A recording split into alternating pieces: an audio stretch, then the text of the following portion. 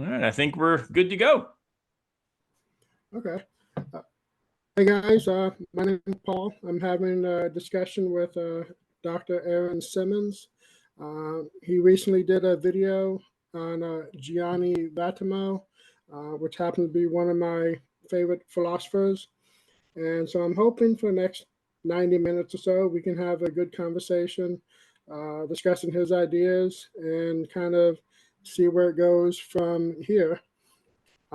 Just to introduce myself, my background is I got a bachelor's degree in philosophy from Dakota Falls College. Uh, Real basic intro stuff for the most part.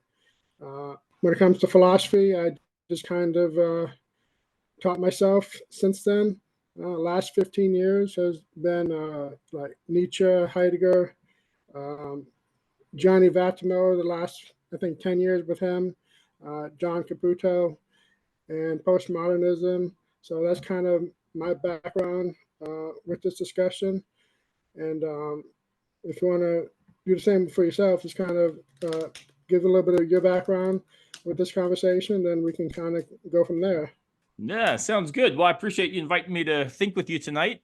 My name is Aaron Simmons. I'm a professor of philosophy at Furman University and former president of the Soren Kierkegaard Society, and sit on the board of the Society of Continental Philosophy and Theology and some other groups, and have been working primarily in continental philosophy of religion for it's increasingly a lot of years. So I guess about 20 years now. And have written extensively on deconstruction and postmodernism, phenomenology, existentialism, that whole sort of vein. And when I talk to people, they say, well, what do you do? I say, well, I think a lot about God after the death of God, which usually freaks them out. And they say, well, what in the world does that mean? So, yeah, I'm excited to chat with you. And Vattimo is a thinker that I keep returning to. I've written some on him, but he's someone that I keep returning, keep thinking about, keep thinking through, because I think some of his ideas, even if not staggeringly original, they are exceptionally helpful for making sense of where we are. And so happy to talk about him tonight. Yeah, I would agree with that. Because I got into him, I think about less than 10 years ago. I was reading a book by, I think it was Ashley Woodward, Nihilism and Postmodernism or something like that. And he was talking about Vattimo and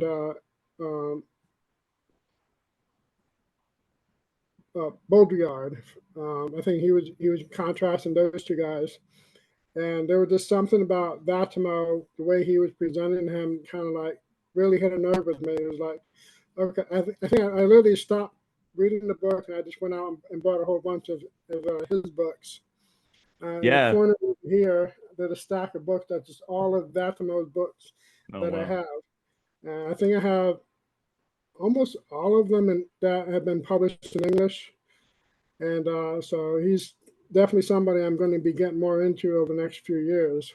Yeah, his work is interesting. So people may not know, Vattimo died actually earlier this year, in September, if I'm not mistaken. And this is 2023 when we're recording this. And he's an interesting guy because in postmodern philosophy of religion, there are a variety of ways we could kind of track different veins or tributaries coming out of a big river, current. And so the way I like to think about it, and this is not the only way to cash things out, is that you basically have a general feeder stream that's coming from Kierkegaard, Nietzsche, Marx, Dostoevsky. There's a variety of thinkers that are kind of all popping in the 19th century, including Hegel and even people like Schelling.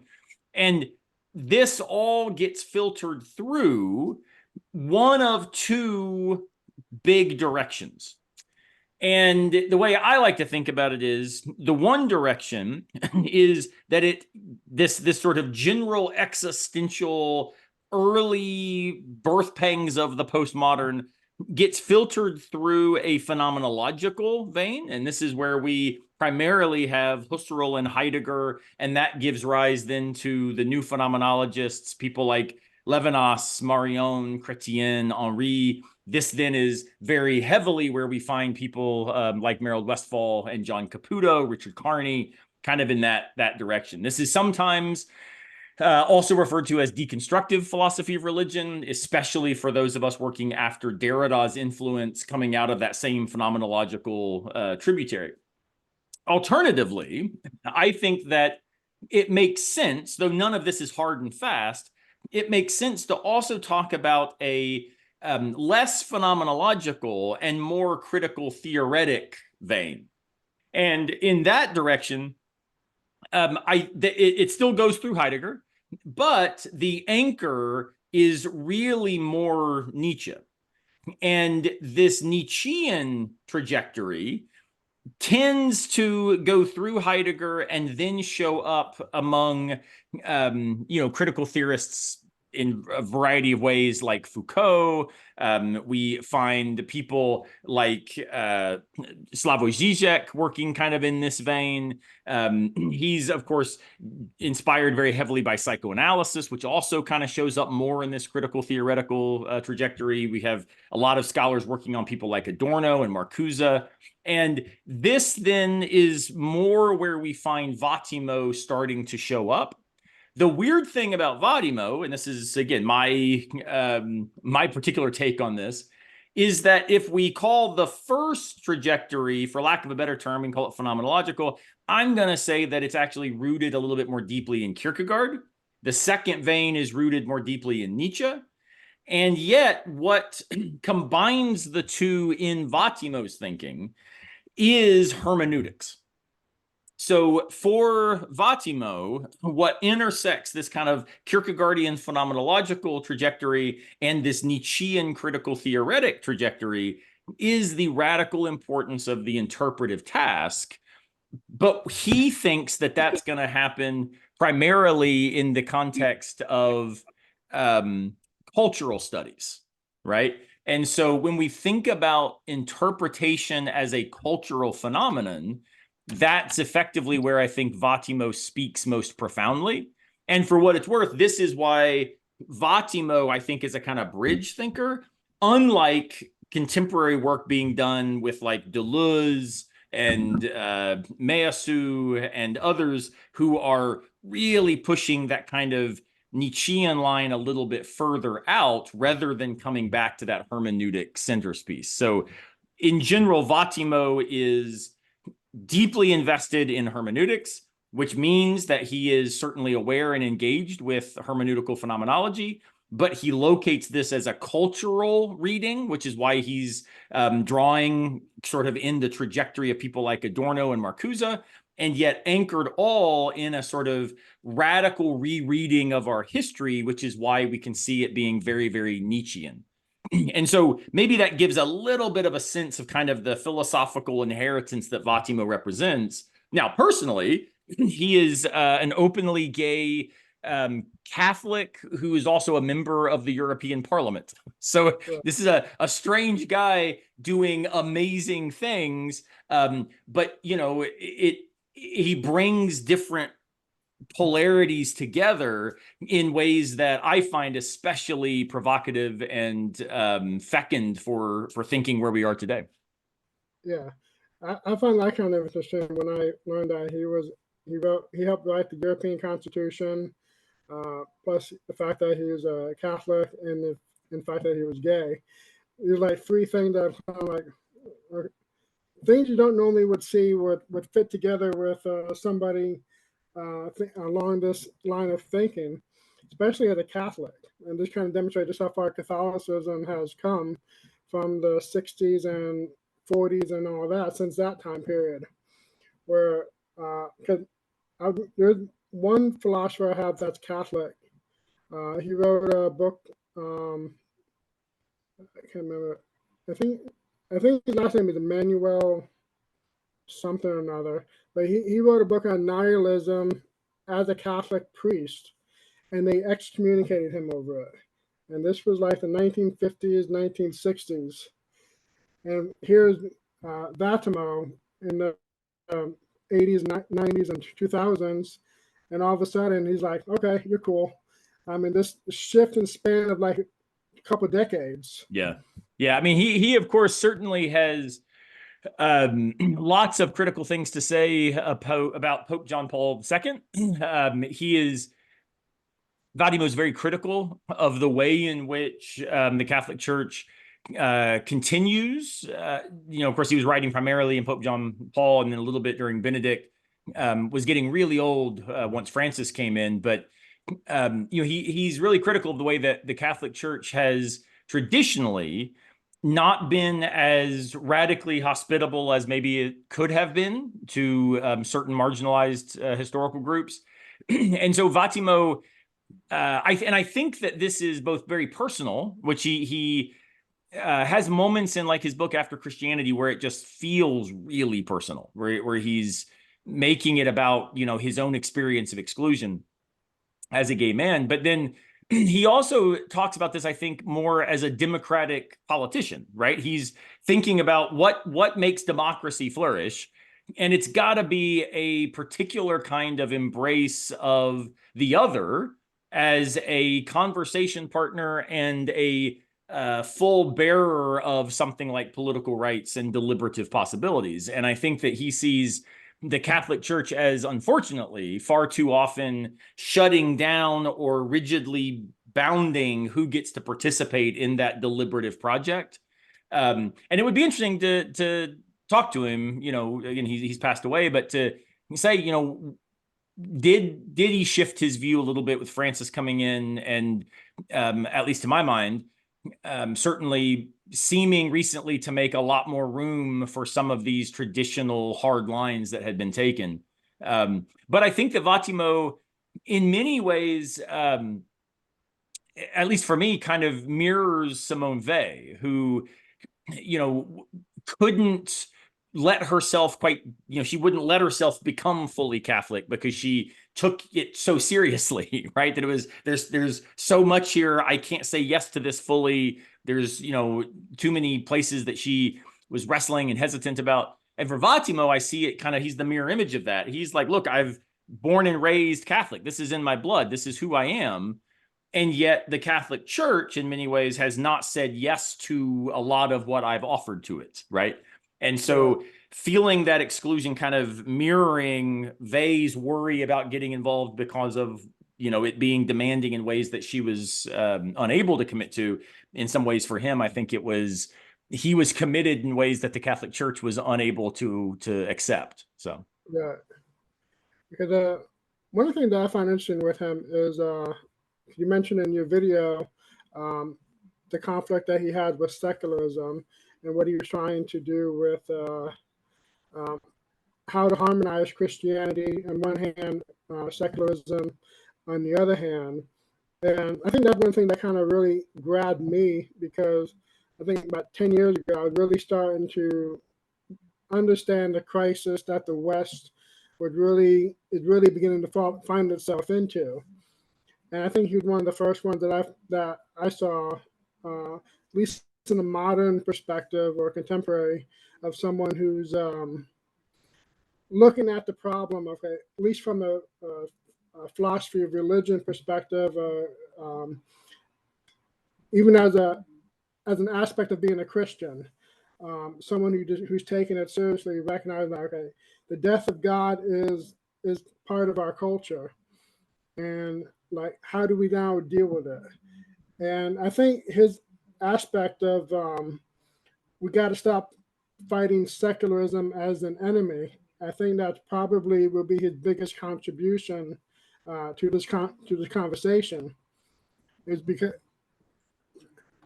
come here, buddy. No, over here.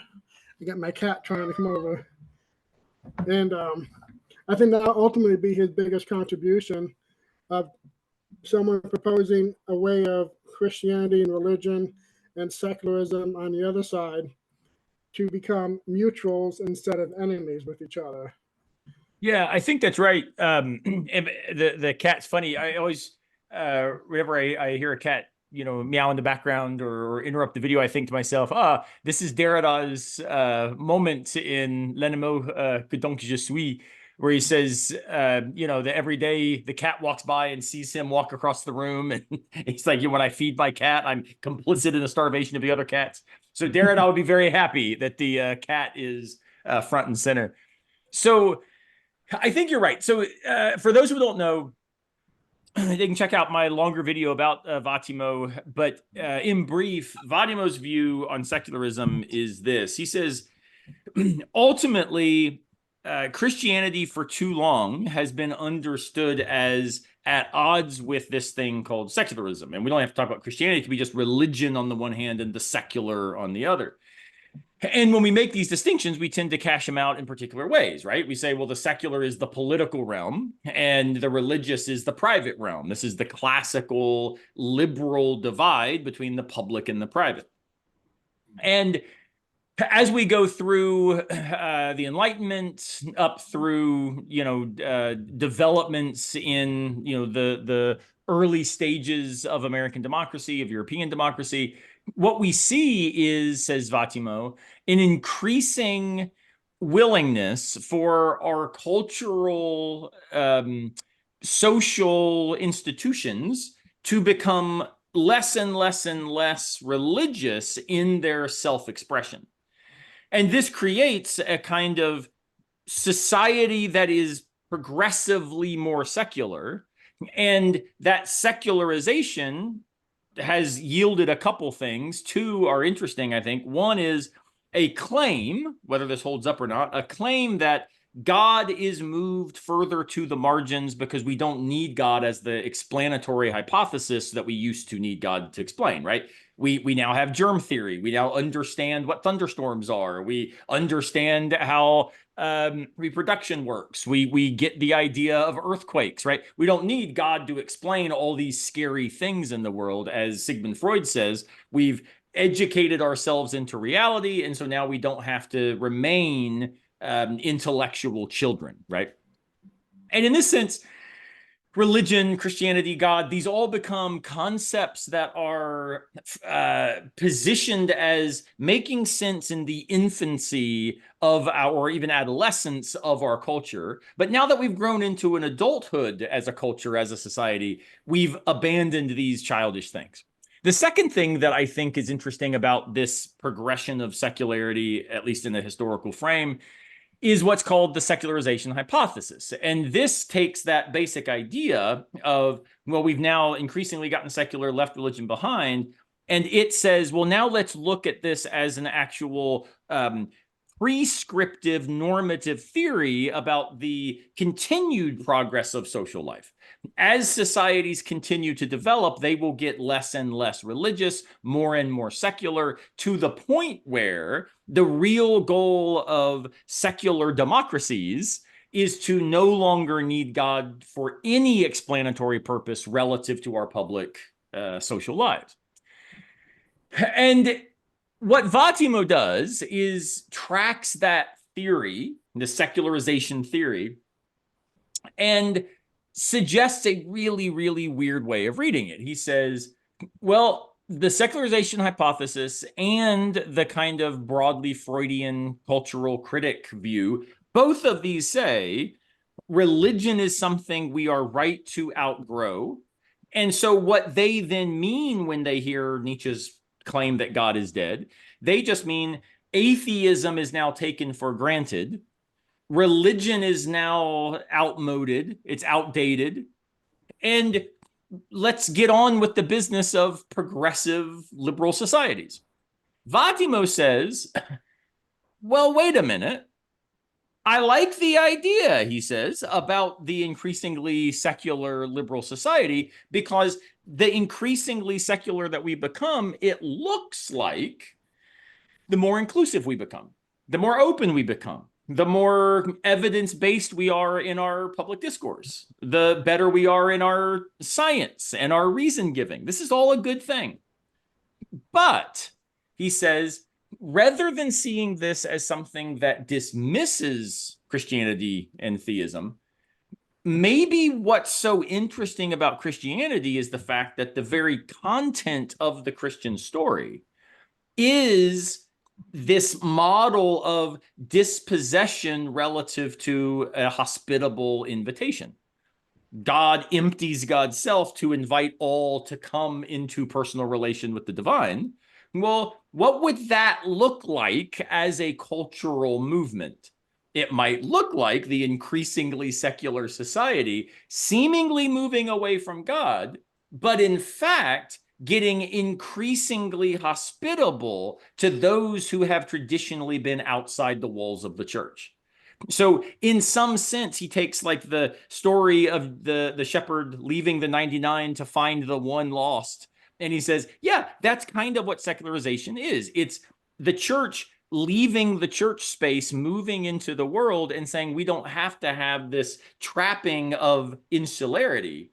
Let's empty ourselves into the world as an invitation to care about human flourishing more broadly. And he uses the Greek term kenosis as the name for this. And the idea is that when God expresses radical humility, kenosis, by becoming human in Christ, in the Christian narrative, we become ever more Christian when we continue to dispossess ourselves more and more and more of our Christian trappings by which we would exclude those who are not religious like us. So I read this idea, and he eventually will say that secularization is the very truth of Christianity in this way. I read this whole account as necessarily geared towards the virtues of humility, kenosis, and hospitality, invitation.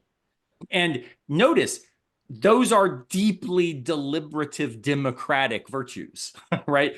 And what his claim is exactly that's why, as Derrida says, if there was ever going to be a real democracy, it would have to be a Christian democracy. Does it mean that we walk around white evangelicals affirming faith statements and making sure that we're overturning Roe v. Wade? It means we are now navigating our democratic spaces in radical humility, radical hospitality, even to the enemies of our own religious identity. And that radical absolute hospitality is for Vattimo a fundamentally secularized hermeneutic moral imperative. So that's, again, the big sort of broad strokes of his view of how secularization and Christianity pair up together. Obviously, you know all of these details, but hopefully for the viewer, they can at least now make sense of that weird move where now it's like, oh, the death of God is not therefore atheism. The death of God is we now get to inhabit the world as a space of radical inclusion. And this is why Vattimo will eventually say, it's thanks to God that I'm an atheist. It's because of this very Christian history of secularization that I now can say I no longer identify with the old God that has rightly been left behind as we've embraced a democratic expression of what Jesus was all about. And that's where he kind of wants to really grab on and hang on with all he is. That's one reason why I like John Caputo as well, because I think he offers a very complementary perspective as well, because he kind of argues the same thing with God is grounded. Instead of the hierarchy of God and a billion angels ready to invade the world, God is among us, grounded on the earth. The kingdom of God is moving ever ahead of us to the point where, we may catch it, we may not catch it. It's the point of becoming, I think the phrase is more perfect, I think is a phrase that he used, where we become, like what you just saying, more hospitable with each other, more loving, more caring, where we accept each other in a loving sense of what people have perceived Christianity to actually be like. And this is one of the things that I really have appreciated about reading both of these two individuals, is because when I came out of Christianity, especially the Tacoma Falls College, very right wing, very conservative, equivalent to like Bob Jones University type Christianity. And as this is what Vattimo will be criticizing, that harsh language, a harsh structure of authoritarianism of my way or the highway. Whereas this is what I really like about these two is like, let's get rid of that hierarchy.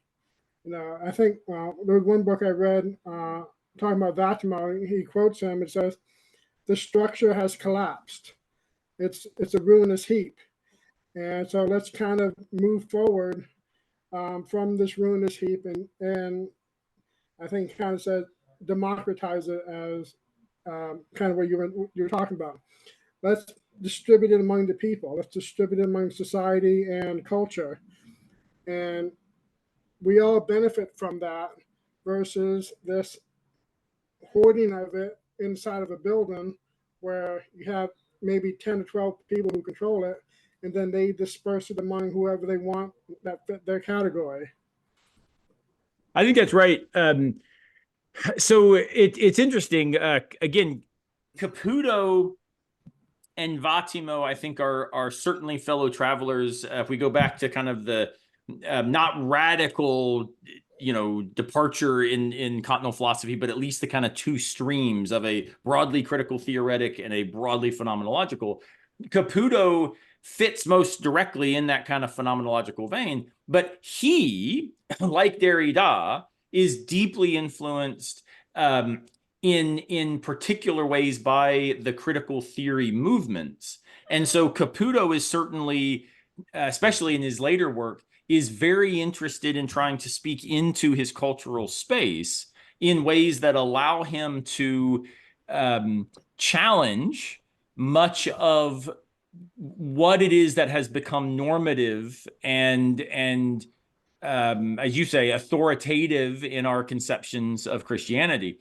I think that actually one of the best books about this general way of understanding Christianity that I've ever read, certainly not by a continental philosopher, but it's by a friend of mine named John Sanders. He's a Christian theologian, and he has a really good recent book that came out called Embracing Prodigals. And it's all about the difference between authoritative religion and what he calls nurturant religion. And the difference, I'm sure John would not like this, but is a kind of psychoanalytic diagnosis where what John does is he says, look, there's this really interesting data right now in cognitive science and cognitive linguistics that shows the type of parent that you want to be, or at least would see as ideal, dictates and reveals the way that you understand the divine. And so if you want your kids to be obedient versus creative, if you want your kids to be polite instead of critically, full of their own agency, right? Like there's two different kind of strains of parenting and the vision we have of our kids. Well, those who want the obedient, the silent, the know your place, the respectful, polite, etc., what that does is it actually reveals then a deep commitment to a God who is authoritative and expects of us radical obedience, radical passivity, like submit to this ecclesial authority structure.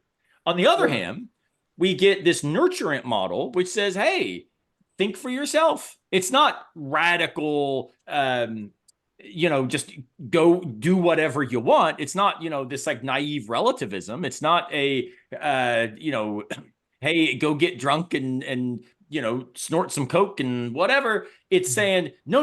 Like those are really bad ideas, but I need you to understand that those are bad ideas and you choose not to then live that life rather than just not doing it because I said so. And this nurturant model is then, John Sanders suggests, a reflection of the way we also conceive of God as inviting us to co-create the world. The example John uses is like a jazz band, and it's the leader of the jazz band, Miles Davis or John Coltrane or whoever it is, like leading the band, but then looking over at the drummer and saying, "Hey, you go now. You do a solo, right?" And that interweaving co-creative jazz model is what John says the nurturant religious life fosters. And so what I like to see in Caputo and Vattimo and others, we could add somebody that's interesting in this conversation is Richard Rorty, who wrote a book with Vattimo that did a collaborative book. But all these thinkers, Rorty's coming from American pragmatism.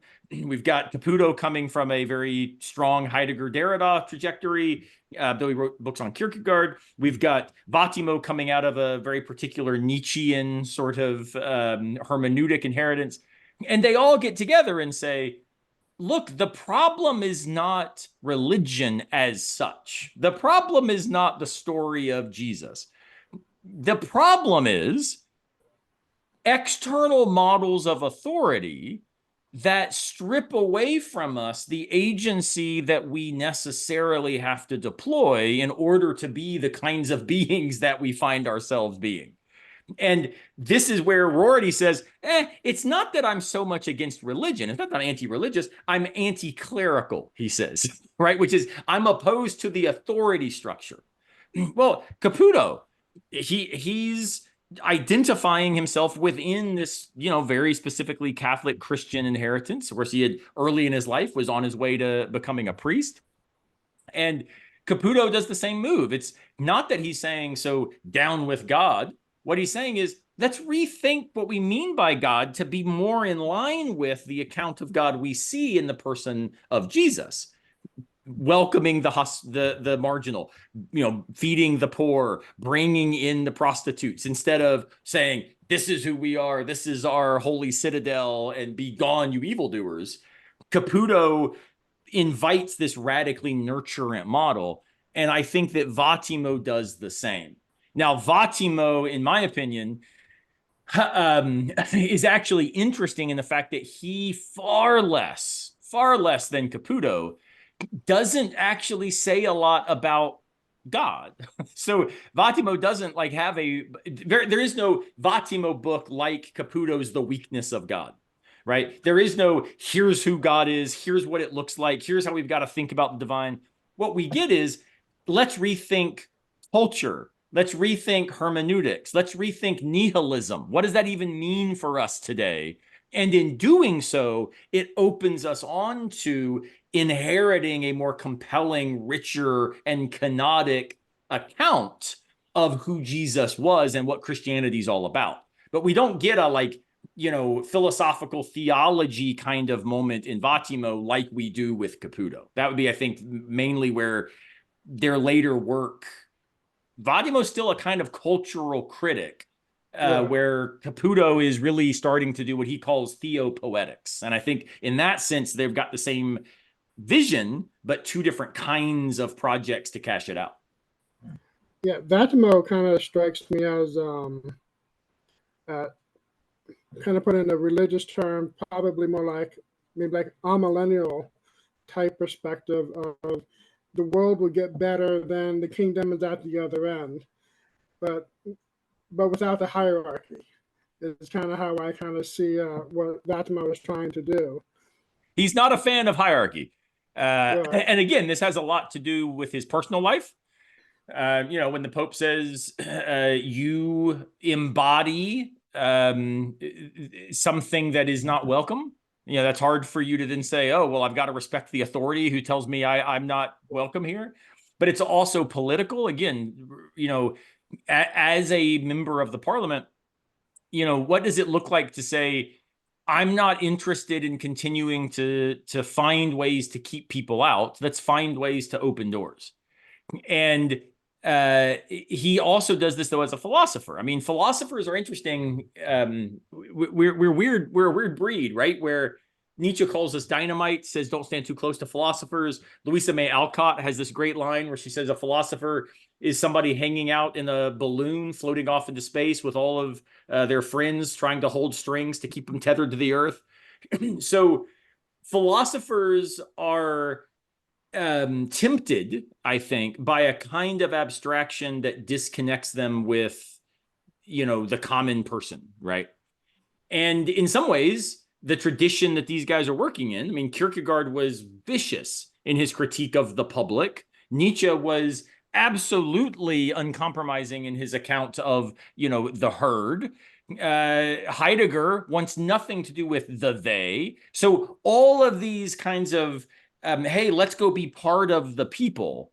They're all like, ugh, no, and they're really, referring back to Aristotle, who says that ultimately the only person who exists out of society is a beast or a god, but the philosopher is somebody who in society spends their time engaging in a very particular kind of exercise, a spiritual exercise, says Pierre Hadot, that is not the kind of thing that we would do in politics, right? This is why, Plato says the philosopher has to be forced to hold power because they don't want power. They just want to be off pursuing the good, right? They don't have to deal with the mess of this stuff. And so I tend to think that for Vattimo, when we think about a radical critique of external hierarchies, this is nested in his appropriation of a kind of, you might say, a political embrace of Nietzsche's account of the God who dies is not the God on the cross, says Nietzsche. It's the moral God, the God who is the capital G good, the God who is the definition of our, great chain of being. It's the God who is, as John Sanders puts it, the ultimate metaphysical principle who comes in as the to call balls and strikes in our moral life, right? And Vattimo's like, yeah, that's not the God I see in Jesus, right? What I see in Jesus is a manifestation of God maximally presented as he puts it, friends. God is a friend, not God is a judge, not God is a sovereign, not God is a king. It's God as a friend. And what would it look like to think of God as friend? He thinks it will look more and more and more like a radically secular democratic society that fosters flourishing for everybody. And he sees this, and this is always a spot that I've wrestled with in his thought. He wants to call this a kind of nihilism. So Nietzsche famously hates nihilism, thinks nihilism is the great antithesis of everything that is creative and important. The yes saying is what he wants to affirm, and he wants to get rid of the no sayers, right? The nihilists. But Vattimo constructively appropriates nihilism and basically says, look, nihilism is not saying nothing matters. It's saying what matters is not externally dictated from on high and handed over to us, right? Nihilism is the radical space of possibility for us to decide what things will mean. And again, that's where he has a book called Nihilism and Emancipation, which is all about this idea of we are emancipated fully as meaning makers, which is ultimately the project of democracy, when we fully understand nihilism as having occurred. We don't now get to just appeal to what God says or the Bible says as a trump card in our, hermeneutic lives. We actually have to realize these are hard things. And so what's the best we can do with what we've got? It's on our shoulders. And he sees this as empowering, as liberating, as emancipating. And it calls for a very different social project. One of the things that I've seen, I've thought about with nihilism for the last 15 plus years, because my first real introduction of it was with Nietzsche, and I did my senior paper in college on nihilism and Nietzsche. So that was kind of my jump into the deep end on the subject. And I've kind of developed a theory with nihilism, at least concerning with Nietzsche, is I use his phrase, or I kind of turned his phrase, the devaluation of values. He has the phrase, the revaluation of values. I've kind of turned it to devaluation of values as kind of as a definitional term phrase for nihilism. And because he also says the highest value is being devalued. And so he also talks about the death of God. So I kind of put those points together, whereas the highest value is God. And then that value being devalued would, in a sense, be nihilism. within the structure of, in a very simple structure, what Nietzsche is trying to argue. And I kind of looked at that kind of more in historical sense of what would that look like historically? And because I think Nietzsche's trying to understand something historically from 1870, 1880 point of view, kind of looking backwards. I'm looking at it from post 9/11, same thing, looking backwards, trying to figure out, okay, what is he trying to say? What is he looking at?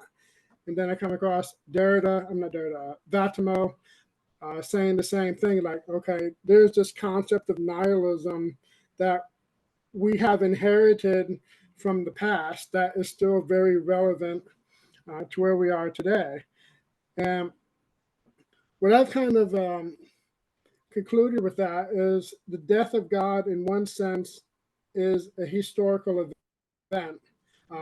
I've kind of took me years trying to kind of piece things together, but I think the 30 Years' War was probably the death of God, the main death of God within Europe, simply because you had the Catholics on one side, the Protestants on the other. You had the Reformation about 100 years earlier, and these guys are just going at it with each other. And I think in a historical sense, they devalued not only their religion, but they devalued the meaning of God and the meaning of what it meant to be a Christian by the fact that these two guys just went to war with each other. And it took the state to come in to pull them apart and say, you know what, we've had enough of this. You're going to destroy everything. And then I think that's kind of how I see it, the origin of secularism as we see it, mixing in with nihilism and the death of God and the path of the post Westphal Treaty or whatever it is, the city that they had it in Westphal something. Yeah, Westphalia. Where they came together and they said, you know what, this is how we're going to restructure Europe with the states instead of just the Catholic Church over one, the Protestant Church over the other. And so I think from a historical point, that's the big issue that I think we're still wrestling with. Is in this matter of less than a century, 1,500 years of Christianity come crashing down because the Catholics and the Protestants decide to go to war with each other. And then the states come in and they're like, okay, this is what we're going to do now. We're going to take over your space, but we're going to get rid of all the sacred stuff. There's no God complex to it. There's no Bible complex. We're going to just remove all of that, and then everything's going to be, as they say, secular. And so now you have two streams moving through, intertwining with each other throughout European history. And then we arrive where we're at today, and we're still wrestling with that. Europe is in another 30 Years' war with what's going on between Russia and Europe. The United States just got out of a 30 Years' war from the 90s to the 2021 in the Middle East. And I think all of this stuff is all part of the stream that we've inherited. Because I mentioned to you when we were chatting, Nietzsche was talking about the nihilistic generation that he kind of was predicting. They were children when he was writing this stuff. I mean, 1870s, 1880s. This is when Eisenhower, FDR, Hitler, Stalin, all of these people were children or were about to be born. And he's writing about this catastrophic event that's about to come down into the future. And he's literally writing a letter to the children. This is you. And then Vattimo gets born in the 1935, if I remember right. And he inherits that. He's grown up with Hitler, post-Hitler, World War II, and all of that. And so that's his inheritance. And then you and I, being born in you're probably born in the early 70s. Yeah, late 70s.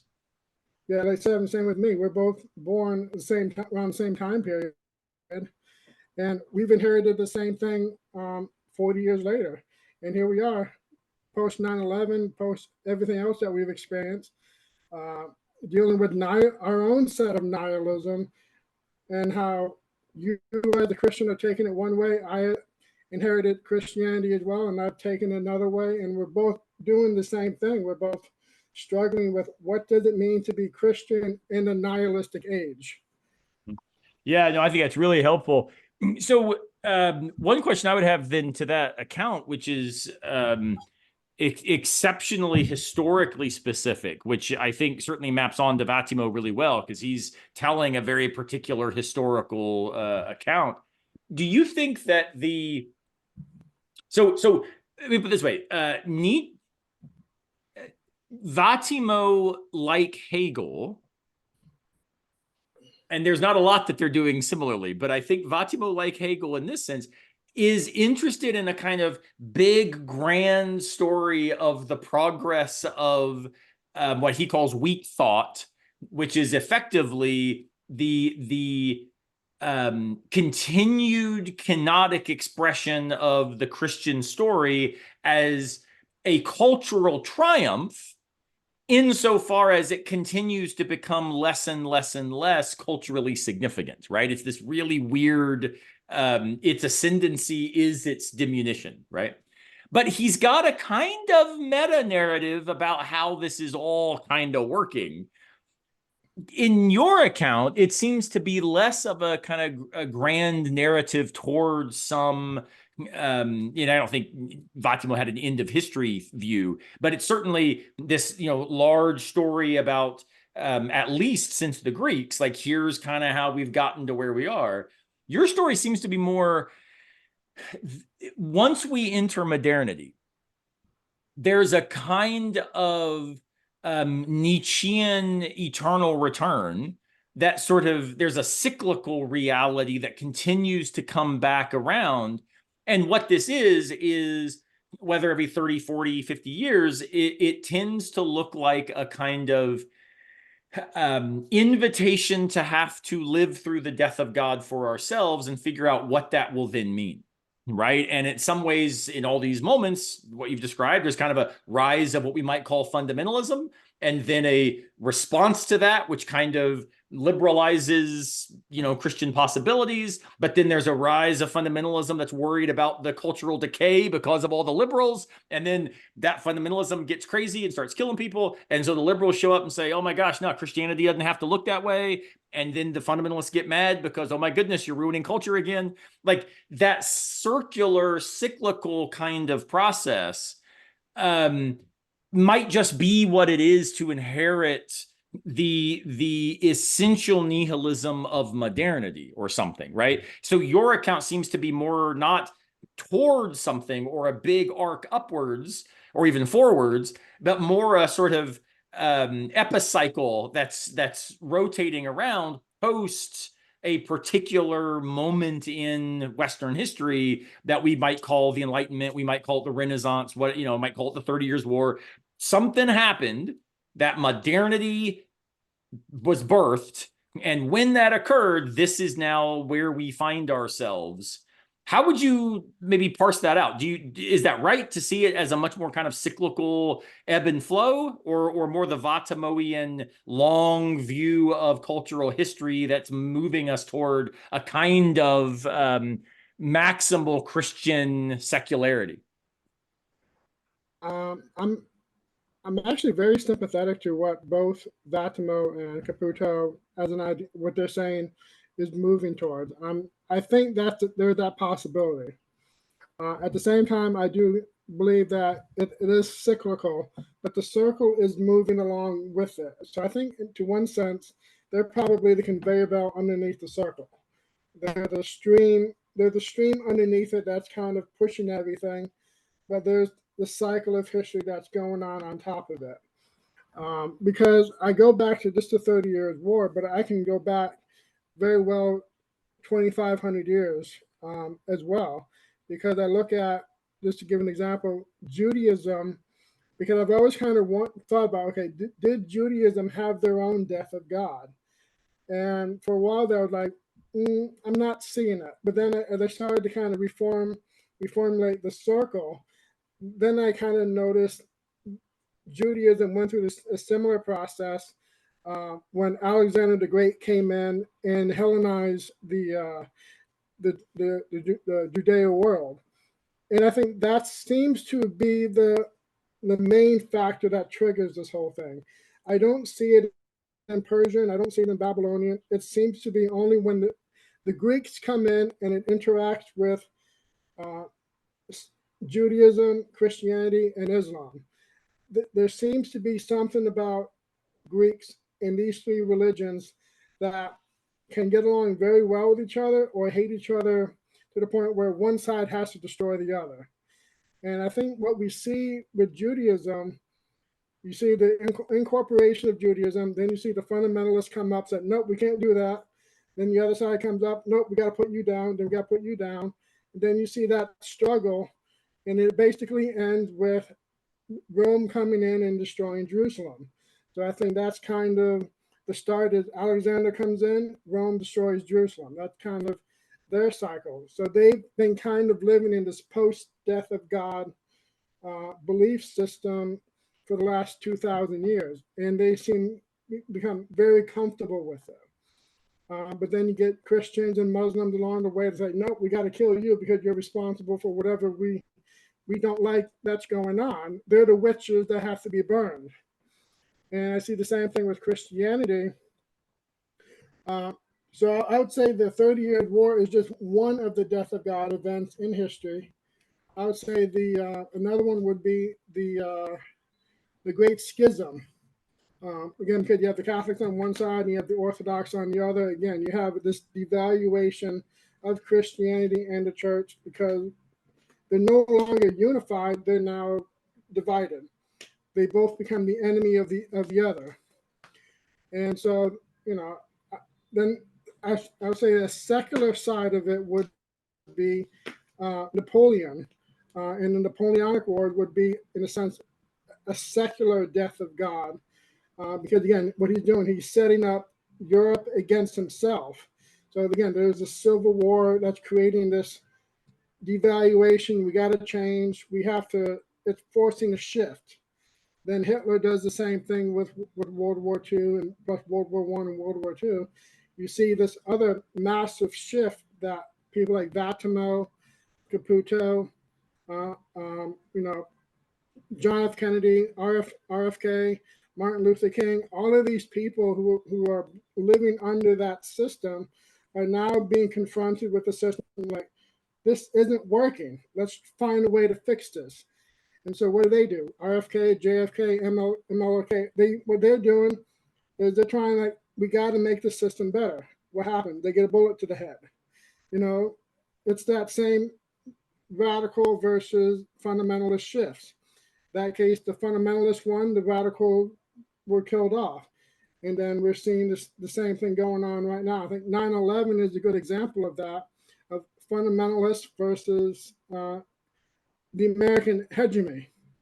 And then that whole thing is what we're in right now. We're post 9/11. And so we're now living out that stream. That's fascinating. I hope, of course, that you'll eventually get all this into a book so the rest of us can benefit from your historical wisdom here. I think it's interesting to pick up on this idea of death of God. I think one of the things that has also influenced my thinking on this is the way in which certain types of, we might say, cultural traumas necessitate rethinking the way we understood divine providence. So, it's hard to read like Elie Wiesel's Night and come away with the idea that God's got everything meticulously ordained. Man, that's a hard bullet to bite in light of the trauma that he narrates in that story.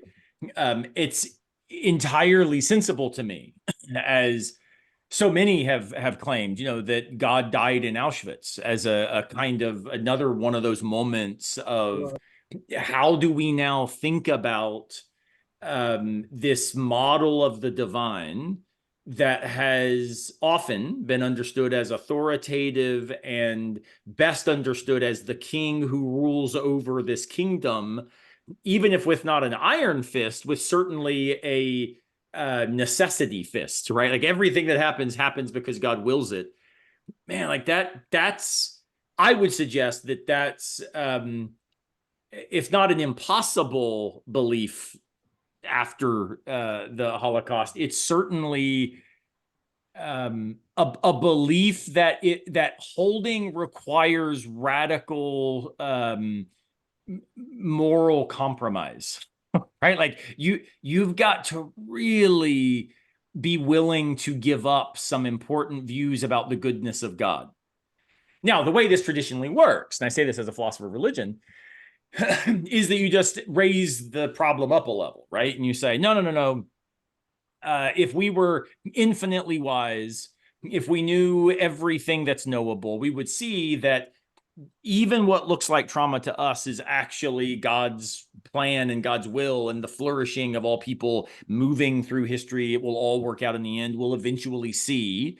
And so philosophers will give analogies like, the dentist, taking my son to the dentist or taking my son to get his vaccines or whatever. It's like, I know this hurts. I know that's traumatic. I know that's awful, but now your teeth don't fall out, right? Like now you don't get this bad disease. And I think that though that's not stupid, right? So I don't think it's like irrational or dumb for somebody to try to deploy these kinds of analogies. I think it's really dangerous. And the reason I think it's dangerous is for the following set of circumstances. So imagine what we thank God for, right? Thank the Lord, like your brother recently ran into a deer and was okay. Thank God, God protected him that day, right? The kind of discourse that is often deployed in the kinds of churches you and I were raised in. But that seems to then suggest God doesn't care very much about kids in Gaza right now, right? Like God just doesn't seem to care much about the Ukrainians because, the funding's going to run out, whatever, but it's primarily all these white Christian, conservatives that are saying, hey, it's not our responsibility to take care of those people. I read something recently, I'm going to mess up the statistics, so I'll just give a vague one, that it was a majority, it was actually a pronounced majority of white evangelicals thought that there was no longer a moral obligation to care for immigrants. And this is mind-blowing to me. I saw that one. Right. I don't know how to make sense of this internal to, like, there's not a lot that's clear in the Bible. One thing that's as clear gets in a book that is hermeneutically complicated: care for the poor, the widow, the orphan, and the stranger. Like that's not really ambiguous. And when quite a bit. Well, in the New Testament, when somebody says, well, wait a minute, well, who is this stranger? Who is my neighbor? Jesus finds the question so frustrating that Jesus doesn't respond. He tells the story of the Good Samaritan. He's like, look, you tell me, you know who this is. Stop trying to make it look like that you're just trying to be careful and philosophical. You're trying to get out of the responsibility to care for people, and that's what you're doing. So yeah. I find myself wrestling with that moment, right? Where if we really keep affirming a conception of divine sovereignty that plays out as this radical hierarchy of power structures, then you end up having to bite some real bullets about the what Hegel will call the slaughter bench of history, right? And I tend to think that what Vattimo does, and Caputo, and Derrida, and Richard Rorty, Zizek, lots of people from lots of different perspectives. I mean, my goodness, Judith Butler's even done some interesting stuff on this recently regarding religion and public discourse. I mean, they all are given some version of whatever one holds to be true about the divine metaphysically, right? From atheists to theists and everything in between, wherever one falls, the word God, the concept God, does work in our cultural space. And if the work that it does leads a particular group to think that they are the blessed and those are the damned, it's probably doing the wrong work, right? Like that's, I think, maybe where the radically secular person can say, I'm on board with Vattimo. I don't like the God talk, but the God talk that he engages in is actually a God talk that's trying to let the name of God do work of radical inclusion, radical hospitality, radical critique of power structures, right? God becomes the lead singer of Rage Against the Machine, right? Like Zach De La Rocha left and God steps in. It's like, all right, I got this. Because raging against that external power machine, the panopticon that Foucault warns of, that just is what Christianity has always been about. And again, this is why I always come back to Derrida, who says, I rightly pass as an atheist. And he's, of course, a Jewish atheist in this sense, says democracy would be a Christian democracy. And the reason is because the hospitality advocated by Christ does not admit of prima facie limits. That's powerful stuff, right? And Cornel West, I think, is a good example of somebody who has gotten lots of mileage out of the idea of Christianity as a liberatory discourse, right? James Cone, of course, creates Black liberation theology as a mode of saying, we've let this name be used for all the wrong things. And this is where Zizek steps in and says, right, Christianity's too important to let the fundamentalists have it. And this is where then your cycle becomes, I think, really profound, because it doesn't even have to be seen as this historical, rolling stone across the stream of existence. It can also be seen as an interpretive stone, right? We interpret authoritative and then we counter with a nurturant, and then the authoritative comes back and the nurturant shows back up. Like at some level, it may be that there's this dialectic in play. Now, my hope, for what it's worth, is that we don't get too committed to the dialectic, because then I think we need the authoritative. I want to be done with the authoritative. And somehow move on and say, let's envision a world where we don't need authoritative religion to justify something like progressive Christianity as a response. Let's just be, in my claim, my identity, let's just be real Christians. And that means no longer needing progressive as an adjective, right? Let's just go live lives of hospitality. Let's go give lives of humility. Let's go feed the hungry and clothe the naked and care for the poor. Like, what would it look like if we just do this rather than needing a they that we stand and do it in opposition to? And this is where I worry about progressive Christianity, even though I'm part of that community. I think an awful lot of progressive Christian community is a kind of therapy reinforcing the frustration and anger toward the they that is authoritative and problematic and traumatic. And lots of good reasons why therapy is needed to cover that trauma. But at some point you think, man, isn't this just a different version of a kind of Nietzschean resentment, right? Where we've got to see them as the problem rather than at some level starting to, I'll use religious language, looking to a new God, right, as a way of making sense of ourselves. But this new God, says Vattimo, it's the old Jesus. It's just not the Jesus of the contemporary, in his case, Catholic Church, or in our case, white evangelicalism, right? Jesus has always been on the outskirts. This is why Jesus, in some senses, was kicked out of his own spaces.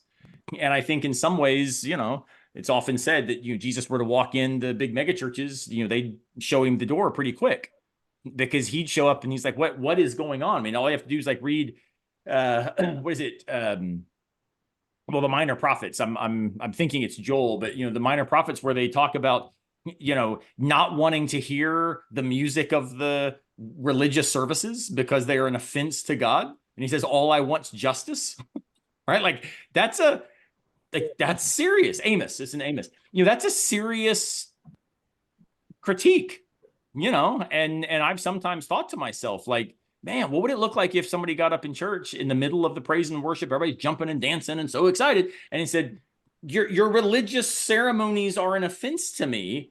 Let justice roll down like waters. That's all I want. Right? And you're like, man, I don't think that's the model that we're living into. And I think Vattimo, though certainly not pastoral, is, I think, at least inviting us to consider that as an option for lived religious practice, right? Yeah, because I was watching this kind of contemporary what you're saying with Andy Stanley and the issues surrounding him, and I was watching these authoritarian conservatives just jumping on him because he wants to have a service in which people who are gay, lesbian, bisexual, stuff like that can come in and not feel judged. Apparently, that's what his goal was.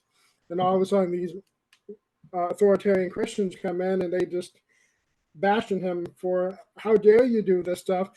You're not loving them. We need to love them our way. And it's like, you know, Yeah, like, well, it's interesting. So, Vattimo, I'm trying to think. I don't think he talks.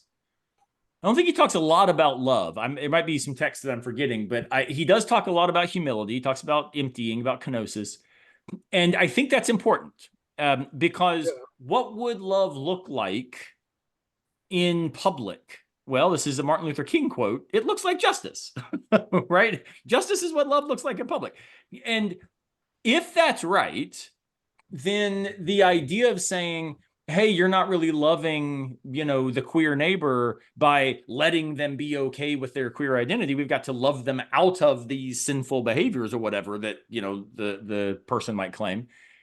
Notice it again, it's weird. And this is where I get, I think nuance philosophically is complicated in public discourse because no one wants to be nuanced. Right. So I don't think it's nuts. I'll be nuanced here and risk the danger. I don't think that it's irrational for them to say what love looks like is an invitation to change. Because of course we do this a lot, right? I mean, isn't ultimately what some liberal attempts to love the neighbor look like is, hey, we're trying to change your situation from poor to stable. We're trying to change your situation from not having health insurance to being able to take care of your body. Like, so it's just that we don't like the way that their change as an expression of love plays out, right? So on the one hand, I don't want to give them any credit, but I want to say it's not an irrational thing that they're saying when they say, hey, if we're going to love them, we've got to expect them to then change their behavior. Okay. But the problem is what it is that we are saying about them is that they do not have agency over their own identity. And that's where I think there's a real difference between the kind of invitations that say, hey, come all who are all who are heavy burdened, versus come all who are willing to narrate their identity and selfhood like we suggest you do. Right? Like, that's asking something that is rejecting kenosis. Right? Kenosis is self-emptying and saying, hey, let me learn who you are. I want to see the face of the other. What right. I think sometimes we see in a lot of authoritative religion, and I think Vattimo is critical of this explicitly, is we see, hey, come be part of our community so that you no longer stand outside, but now look like us.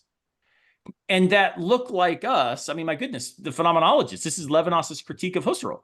And he says, ultimately, if we can't make sense of absolute otherness, if the other is always another like me, an alter ego, I'm using my self-conception as the standard of judgment of engaging all others. But that's not what we see with Jesus. What we see is a radical inversion, a kenotic logic, if you will, whereby the last is first, right? The poor is rich. Like, it so throws up on its head the way we make sense of judgment about identity, so that we don't get to say we stand here in our cloistered security inviting them to be part of us. What we see is Jesus saying, yeah, y'all go ahead. I'm actually going to go out and eat with them. right? Like I'll go to them, not just keep asking them to come to us. It reminds me years ago, I was at a all African American church. My wife and I attended for a while. It was an amazing place. And I was talking to the pastor once about, maybe getting together with one of the big white churches and trying to work for a kind of justice revival. I was reading a lot of Jim Wallace at the time. And he said, man, I'm happy to do, whatever would actually work towards justice. He said, here's the problem. And he said, we've done these things in the past. And it always goes like this. The white church says, y'all come to us and let's do a thing. And when we respond and say, we're good, why don't you come over here and we'll do a thing? The white church tends to then not be as interested, right? And he said, so I'm down to keep trying, but he said, I'm not interested in just going over to them to let their model continue to be the normative way of being. And I thought that was so smart, right? Because it's effectively a Vattimoian claim, unless we're going to really see how kenosis plays out in relation to things like white supremacy, patriarchy, social norms, a class society, really show what kenosis looks like here. I'm not sure you're actually interested in kenosis. You're interested in the press release about how awesome your big megachurch is at doing this justice work. What if nobody knows because y'all are hanging out over here with us and the press doesn't come to our church because we're too small and don't have any power? Like, what if we flipped it? And I always thought that question is effectively what postmodern philosophy of religion does. What if we flipped everything? And when we ask that question, we see, wow, that's in fact what Christianity may have always been saying, right? The last will be first. Like that's an enormously robust claim. It's what you say. That's a devaluation of value. The thing you think, Matt, the being the first, that's actually what we're going to throw all the way down to the bottom, right? And the bottom, come sit up here with me. Like I love that idea. And for me, this is the way that then the death of God plays out as a kind of social project, right? Yeah. I was watching the story reminded me of something I saw not long ago was these two Baptist churches that were apparently once were together around the Civil War. They're both 1860, 1850. And then I think after the Civil War, the white church split, the black church split, and they were literally like 100 yards from each other. And for over 130, 40 years or whatever it was, they never interacted with each other, even though they were both of the same heritage, same religion, same everything. One was white, one was black. And then I think it was not maybe less than 10 years ago, I think. They both got brand new pastors, both young men, and they both decided to have lunch with each other. Like, hey, we're 100 yards apart. What the hell are we doing? And so they decided to have lunch together. I guess at some point they talked it out. And then instead of actually having one go to one church go to the other, they created a common space between the two churches, and they met together. And then from there, they had people, black people going over white people's houses, white people going over black people's houses, all sharing a meal with each other and realizing, we have more in common than we think we do. We've just been separated by 150 years of racist history that apparently disappeared a long time ago. Yeah, And that's they interesting. came to that realization of we can actually come together. Yeah, I mean, I think that ultimately that's what I think Caputo, Rorty, Vattimo, they are all in one way or another. That's what they're after, right? That's what they seek. And I think this is what, so maybe, to kind of bring our conversation to some sort of a soft landing. Vattimo has this cool line, which we've not talked about, where he says, the Italian is credere de credere. It gets translated in English as I believe that I believe. And he says this as a response to somebody who says, so do you still believe? And he says, well, I believe that I do. Right. And I think that that's profound in relation to what you just described, which is what would it look like to be committed to something like the truth of Christianity being secularism? I think it looks like living a life where we continue to hope God looks something like Jesus, right? Now, I can see that this, for somebody who identifies as an atheist, say, whoa, whoa, whoa, I don't hope God looks like it. It's like, right. Think of it as discursive practice, right? Think of it as, what work does this word do for us? For those who are religious and theists and even Christians, saying, well, why do we get so caught up in, I know that X, or I believe that P? What if we start saying instead, I hope, like, this is the direction of my risk. This is the way I'm going to try to live. I'm going to lean in this way as far as I can. And you know what? If I'm wrong, I think the world is better because we had lunch together and we became friends with each other and we walked together than it is with me trying to make sure the other person gets saved, but yet I don't actually want to be in relationship with them because I see them as a problem, right? And here I'm quoting W.E.B. Du Bois saying, he walks around, people say, well, what's it like to be a problem?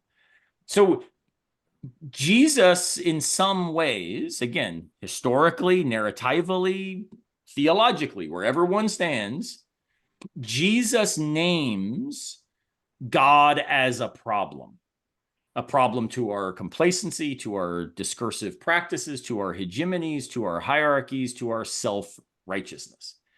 And I like that idea. Now, it sucks some days, right? Because again, as a philosopher, it's easy to kind of feel morally indignant of all the fools who don't understand all the nuance that you bring to bear. And yet it's like, no. Like, I think maybe the task is not to get them to sound like me. The task is to say, if Vattimo's saying something worthwhile, how can I live that rather than just make sure they read these books, right? And to be honest, like, I think that can look 1,000 different ways, but that's my hope, is I hope God looks like Jesus means I hope all of us find ways daily to try to live into the justice called for in the prophets, the minor prophets, right? What if God really does want justice? That's all I want. It doesn't say, I want you to bow in obedience and serve me. What it says is love God. Well, but what if God looks like Jesus? That means we love radical humility, modeling other-oriented neighbor love as a moral good. That's a compelling story, even if it's just a story. And for me, because I think it's more than a story, it's maybe metaphysically rupturing, right? And that, I think, is just a really cool possibility. And Vattimo sometimes helps me think through what that might involve. Yeah, because the quote you mentioned earlier, my experience with Christianity and with Tacoma Falls and all the stuff that I've come out of that, and people want to convert me because they see me as a problem. And when I was working there at the college several years ago, that's when I started getting into Vattimo, and I was talking with some of the professors. And one of the professors came up to me and says, I'm glad you're doing that. Just don't share it with me. And that was that was the response I got almost from everybody. It was just like, good for you. I don't want nothing to do with it. And I had one of my professors over here not long ago, and it was kind of the same thing. Having a conversation with him was, when I was done with that conversation, it was like, he sees me as a problem that needs to be fixed, instead of just like you and I just having a conversation of where we can agree, even if we disagree or whatever. We're hashing out our differences, and you and I are having a better conversation than I had with him, and I knew him for 20 years. And I've only known you for just the second time we've done this, and I've met you once before. But I'm having a better conversation with someone like you because your mindset is different than what I've came out of. You don't see me as a problem. You see me as, I'm your ally. I'm thinking the same way you are. Let's see how we can work this conversation out to where it's mutual for you and it's mutual for me, versus as, you know what, I'm going to clench my fist at you for the entire time and go nowhere with it. No, I think that's beautifully well said, and I do consider you a friend and somebody who pushes me to think deeper about the things I think about. And I often think far too often Christianity walks around, like you say, with clenched fists, ready for war, instead of an open hand trying to help somebody up. And I always go back to the Good Samaritan story. The religious folks are the ones walking by, ignoring the guy in the ditch, right? He's a problem because he's going to make them late to church.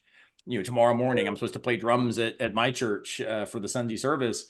It's like, well, if I'm on my way to church and see somebody, that has hit a deer, I hope I will stop and help them, even if it means that like I don't make it to church in time to play drums. Like now, hopefully I could do both, right? But the idea of what are we willing to sacrifice in our own priorities and our own privilege and our own power structures in order to open spaces for the voice of those who might be voiceless, marginalized, historically excluded. And sometimes that's as simple as uh, not saying anything, passing the mic to them, right? Other times it's raising one's voice to speak on their behalf in the name of them in order to make sure that other people can see and listen. And so I appreciate what you're doing. I appreciate that you're doing it with such intensity. And yeah, I'm down for these sorts of conversations anytime, because this is, I think, what Vattimo and Caputo and others call for. Never got the chance to meet Vattimo personally. I'm good friends with Jack Caputo. And, this is a guy who, yeah, like he and I disagree about some stuff, and we have fought it out in print and in conferences and in public. And yet, we send each other emails just saying, hey, man, thinking about you. Hope you're good.